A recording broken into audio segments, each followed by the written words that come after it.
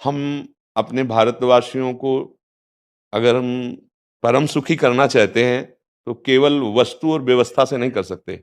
उनका बौद्धिक स्तर सुधरना चाहिए। आज हमारे समाज का बौद्धिक स्तर गिरता चला जा रहा है। बहुत चिंता का विषय है। हम सुविधाएं दे देंगे, हम विविध प्रकार की भोग सामग्रियां दे देंगे, लेकिन उनके हृदय की जो मलिनता है, जो हिंसात्मक वृत्ति है, जो अपवित्र बुद्धि है, ये जब तक ठीक नहीं होगी तब तक हमारा देश धार्मिक देश है। हमारे यहाँ धर्म की प्रधानता है। तो इसी बात को बार बार हम सबसे निवेदन करते हैं कि ये जो हमारी नई पीढ़ी है, इसी से हमारे राष्ट्र की रक्षा करने वाले प्रकट होते हैं। जो विद्यार्थी जन है, उन्हीं में कोई एमएलए बनता है, उन्हीं में कोई सांसद बनता है, उन्हीं में कोई मुख्यमंत्री बनता है, उन्हीं में कोई राष्ट्रपति या प्रधानमंत्री उन्हीं में अपने लोग भी सब थे। अब हमारी शिक्षा केवल आधुनिकता का स्वरूप लेती जाए और व्यभिचार प्रवृत्ति, व्यसन प्रवृत्ति, हिंसा प्रवृत्ति, ये नई पीढ़ी में देखकर बहुत असंतोष हृदय में होता है। इसीलिए कितनी भी शरीर में पीड़ा हो, हम प्रयास करते हैं जितने से जितने सामने हमारे भगवत स्वरूप जन आते हैं, पहले बुद्धि शुद्ध होनी चाहिए। मय्येव मन आदत्स्व मयि बुद्धिम निवेश है, तो निवशिष्यति मय्येव अत ऊर्ध्वम न संशया। तू मेरे में ही निवास करेगा, अर्थात भगवदानंद में। अविनाशी जीव कभी भोग विलास में तृप्त हो ही नहीं सकता। हम अगर अपने राष्ट्र की विशेष सेवा, तो हमारे धर्म का परिचय, जैसे आप जन करते हैं, धर्म का हमारा क्या स्वरूप है, हमारे जीवन का लक्ष्य क्या है। हमें जितना राम जी प्रिय हैं, कृष्ण जी प्रिय हैं, उतने ही भारत देश हमारे लिए प्रिय है। जैसे राम भक्त, कृष्ण भक्त, वैसे हमारे भारत देश का हर जन जन हमारा आदरणीय और पूजनीय। पर अब जो मानसिकताएं बन रही हैं, वो हमारे धर्म और हमारे देश के लिए लाभदायक नहीं होंगी।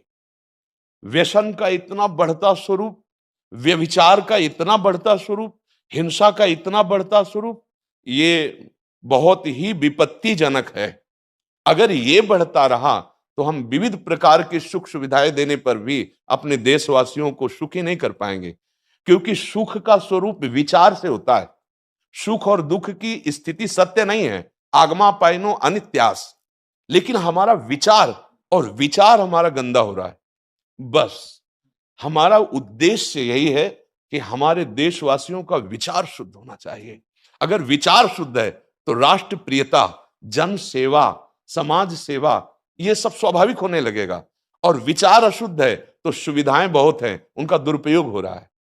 तो बस आप सबसे बड़े बड़े जो उपदेष्टा जन हैं, जो बड़े बड़े धर्म की रक्षा के लिए भगवान ने जिनको भेजा है, उन सबसे यही प्रार्थना है कि सब व्यवस्था करते हुए हमारे देशवासियों की बुद्धि अध्यात्म को समझे। बिना अध्यात्म को समझे दुख सुख की समानता बिना किए परम सुख का अनुभव हो ही नहीं सकता।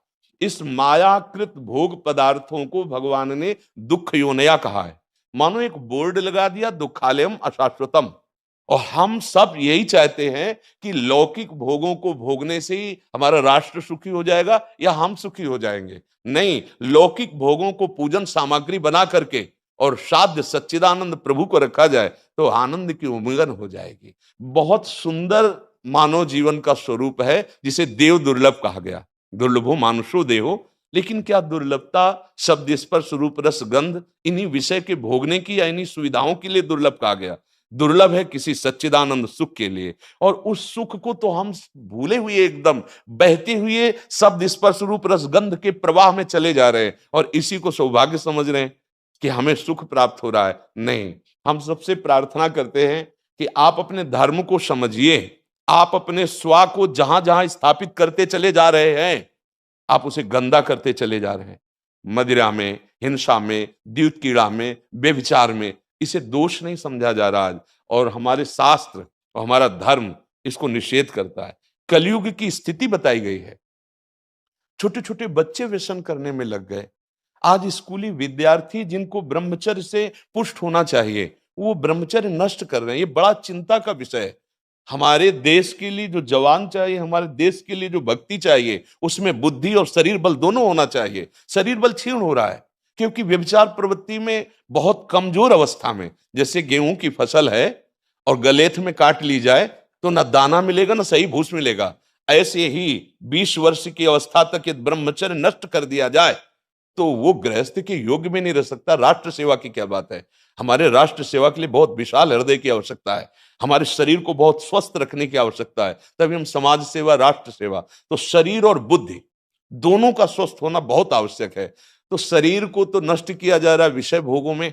लोग समझने लगे हैं कि मांस खाने से हमारा स्वास्थ्य अच्छा रहेगा, हम बलवान बनेंगे। अध्यात्म बल नहीं तो तेरे शरीर की चर्बी बढ़ा ले, लेकिन तू न काम पर विजय प्राप्त कर सकता, न क्रोध पर, न लोभ पर, न मोह पर, न हिंसा पर। फिर क्या जीवन। तो इसीलिए हमारा बार बार हृदय में सबसे प्रार्थना है, जिस संत भगवान भी आते हैं, ये देखो इस समय आवश्यकता विचार शुद्ध करने की है, आहार शुद्ध करने की है, आचरण शुद्ध करने की है। हमारे देश ने चरित्र की पूजा की है। रावण किसी बात में कम नहीं था। आज भी कोई शिव अगर अभिषेक होता है तो तांडव स्तोत्र उसी का गाया जाता है। जटाटवी गलत ज्वल प्रभा पावित स्थले। ऐसा विद्वान और ऐसा बलवान जो 20 बार जैसे झूला आराध्य देव को झुलाया जाए, ऐसे महादेव सहित पार्वती को बाजुओं पे झुलाया, वो महाबली चरित्रहीन हो गया तो अपने देशवासियों ने राक्षस कह दिया उसको। चरित्र, आज हम चरित्र पर ध्यान ही नहीं दे रहे। चरित्र बेचना मतलब कोई समझ में नहीं आ रहा। छोटे छोटे बच्चे चरित्रहीन हो रहे हैं। हमारा राष्ट्र संकट में पड़ जाएगा अगर हमारे बच्चे व्यवस्थित नहीं हुए, उनकी बुद्धि शुद्ध नहीं हुई, उनका स्वास्थ्य ठीक नहीं रहा। कौन आगे चल करके है? यही पीढ़ी तो है ना। इन्हीं में से तो निकलते हैं हमारे राष्ट्र भक्त, भगवत भक्त, देश सेवी। तो सबसे यही प्रार्थना है कि हमारे नई पीढ़ी को सुधारा जाए।